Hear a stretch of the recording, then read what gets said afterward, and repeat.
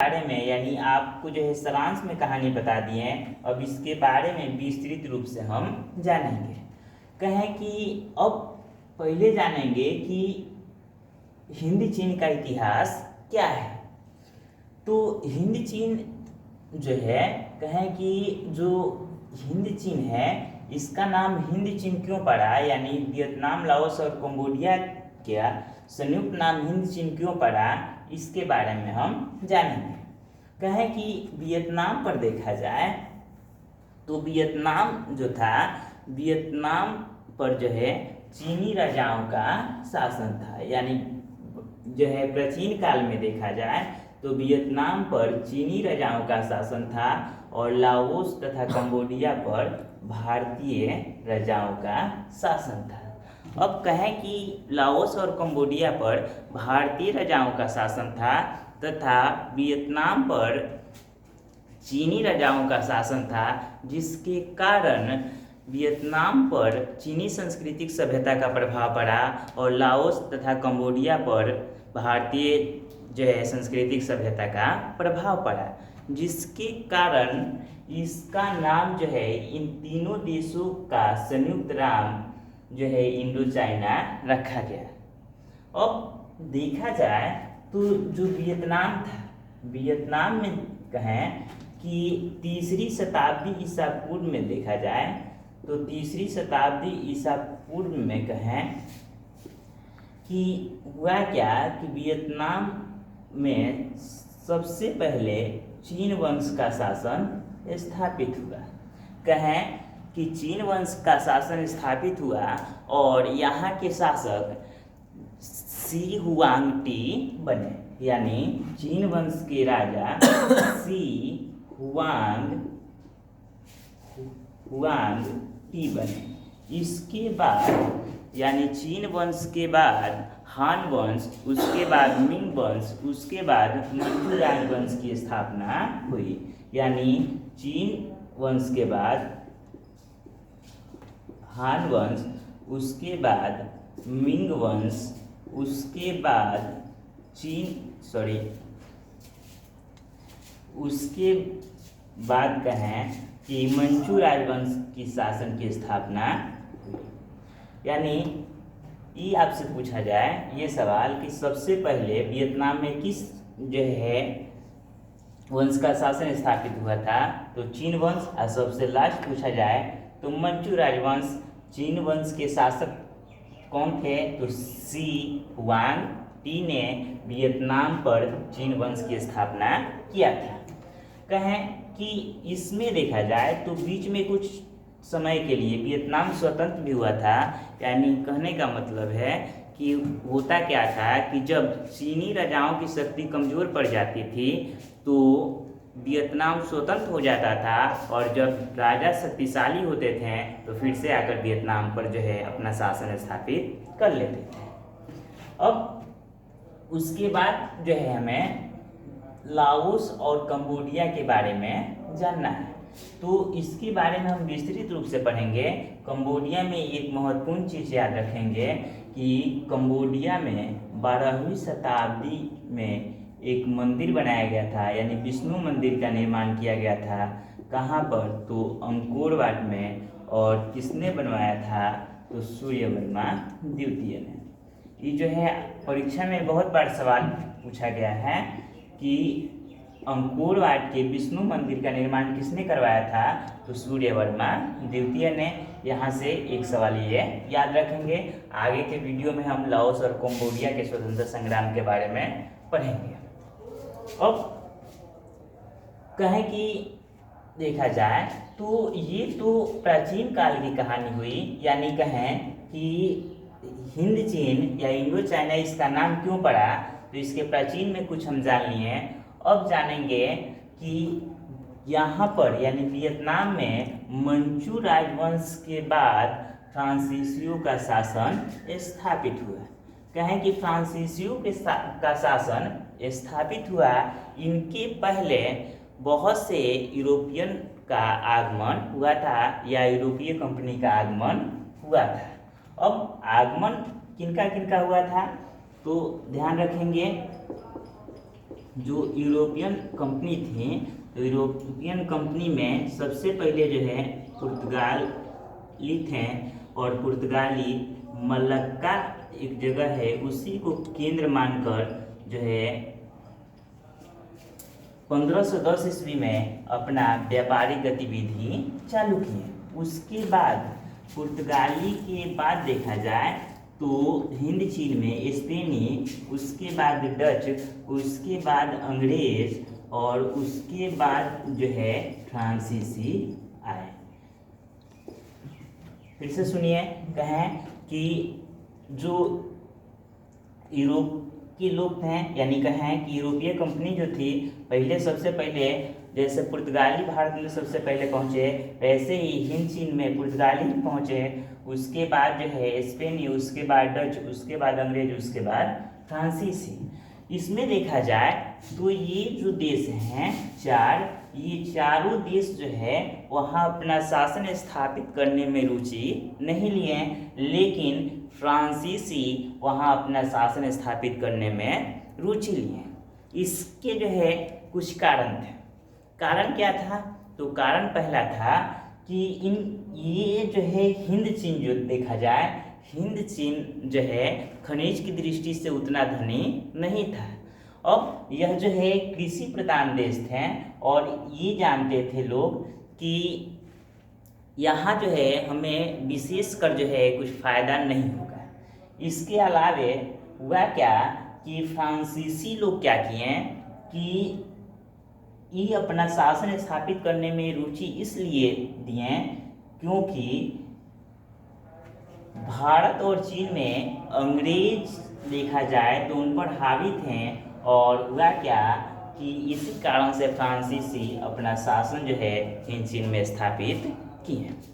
अब कहें कि इसमें जो है क्रम हमें याद रखना है, क्रम याद रखना है, ये महत्वपूर्ण है आपका।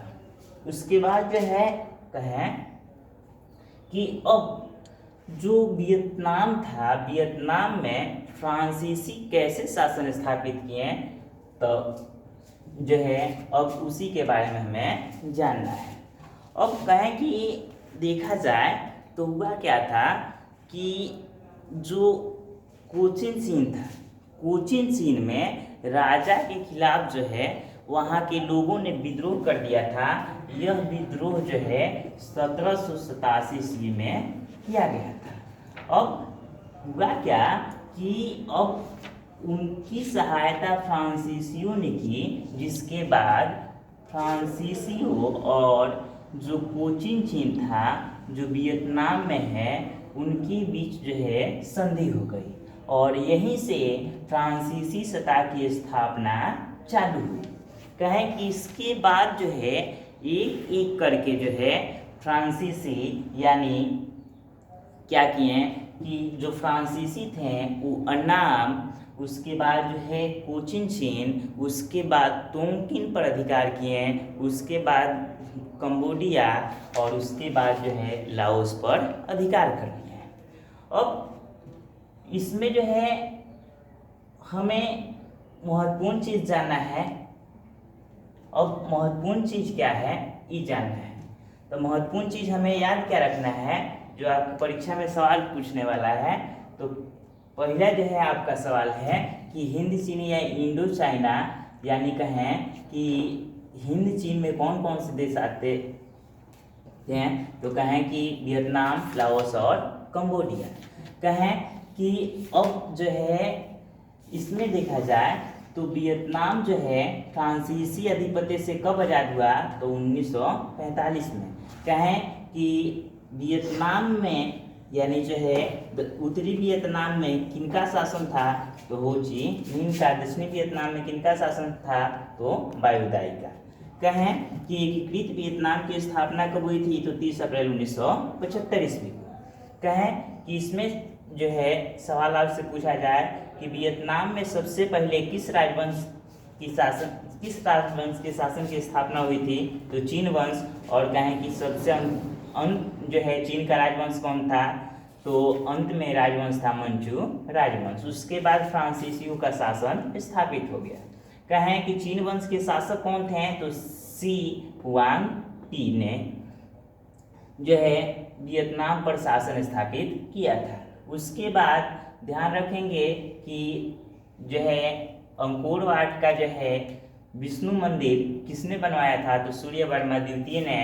कहाँ है, तो कंबोडिया में।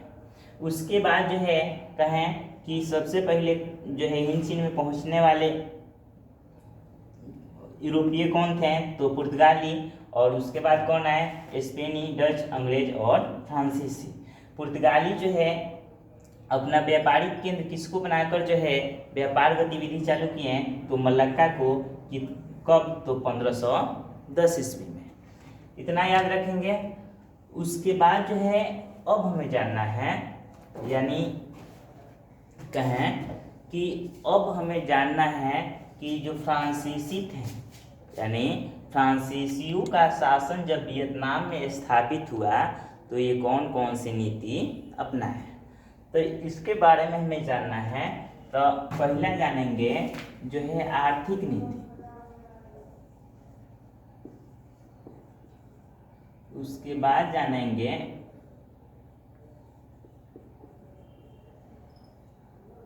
शिक्षा नीति, उसके बाद जानेंगे धार्मिक नीति।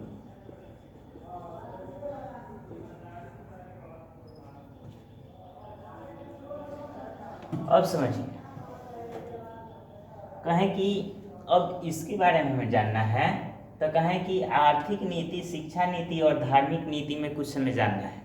कहें कि अब जब हुआ क्या कि फ्रांसीसी जब इन तीनों देशों पर यानी इंडो चाइना पर अपना उपनिवेश स्थापित कर लिए, तो उपनिवेश स्थापित करने के बाद हुआ क्या कि अब देखा जाए तो जो फ्रांसीसी थे वो वियतनाम का जो है विकास करने लगे। अब विकास करने लगे, अब विकास ये लोग क्या किए, अब समझिए। कहें कि एक व्यक्ति थे, यानी विख्यात जो है लेखक थे, जिनका नाम था पॉल बर्नार्ड। ये क्या किए, ये कहें कि अगर